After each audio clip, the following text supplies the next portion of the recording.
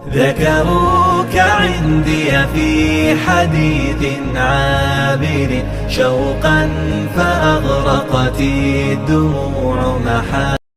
بسم اللہ الرحمن الرحیم. نبی کریم صلی اللہ علیہ وسلم کی سیرت مبارکہ کا سلسلہ جاری ہے.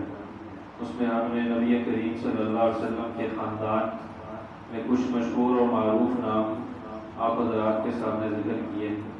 ایک اہم نام جو کہ نبی کریم صلی اللہ علیہ وسلم کے دادا کا ہے، جن کو حضرت عبد المطلب کہا جاتا ہے. اکثر بچوں کی کتابوں کے اندر بھی یہ نام بڑا مشہور و معروف ہے، بچے اس کو جانتے بھی ہیں.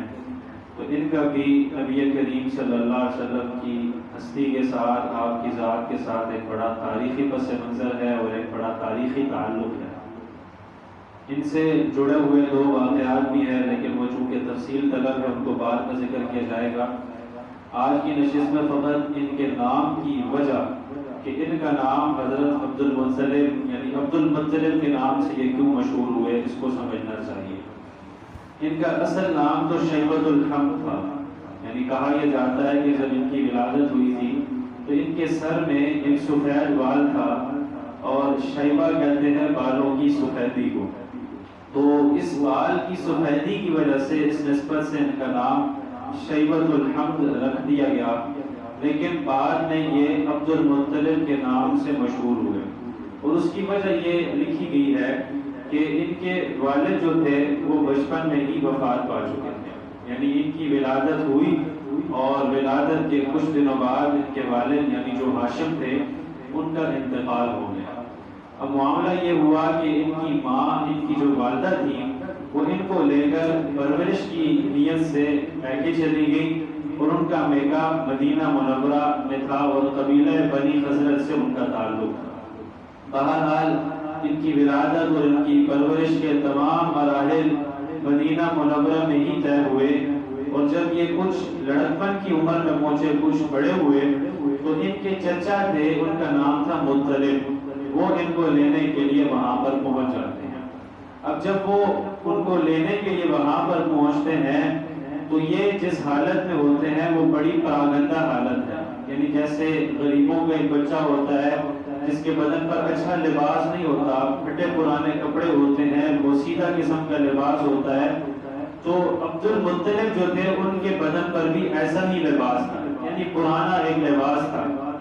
لیکن مطلب جو تھے ان کے چچا، ان کا مکہ مکرمہ میں ایک بڑا نام تھا، ایک وجاہت تھی، ایک یعنی پہچان تھی، ایک متمول قسم کے شخص تھے مال و دولت کے اعتبار سے.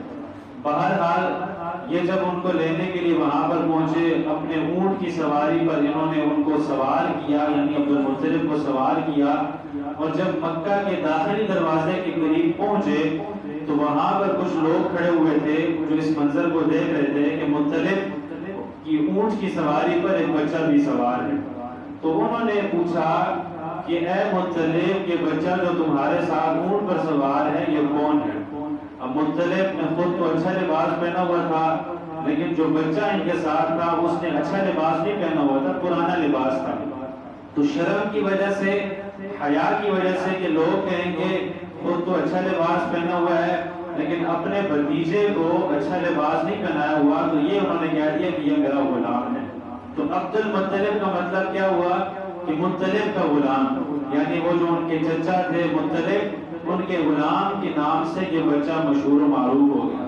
بہرحال یہ جب مکہ مکرمہ پہنچے، بچے کو نہلایا، اچھے کپڑے پہنائے، اور بعد میں اس بات کی وضاحت کر دی کہ یہ بچہ میرا غلام نہیں بلکہ میرا حقیقی بھتیجا ہے. اس حوالے سے یہ نام عبد المطلب کی وجہ سے مشہور و معروف ہو گیا. لیکن ان کا اصل نام شیبۃ الحمد تھا. لیکن یہ یعنی جیسے ذکر کیا گیا کہ عبد المطلب، مطلب کا غلام، یہ ان کا حقیقی نام نہیں بلکہ ایک غلام کی نسبت سے یہ نام مشہور و معروف ہو گیا.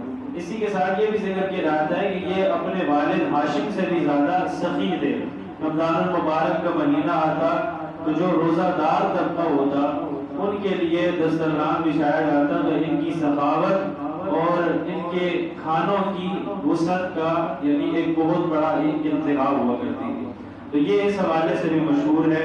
اور آب زمزم کے کنویں کے حوالے سے بھی ان کی ایک خاص نسبت ہے جس کو انشاءاللہ اگلی نشست میں ذکر کر دیا جائے گا. اللہ تبارک و تعالی ہم سب کو ان تمام باتوں کی سمجھ نصیب فرمائے.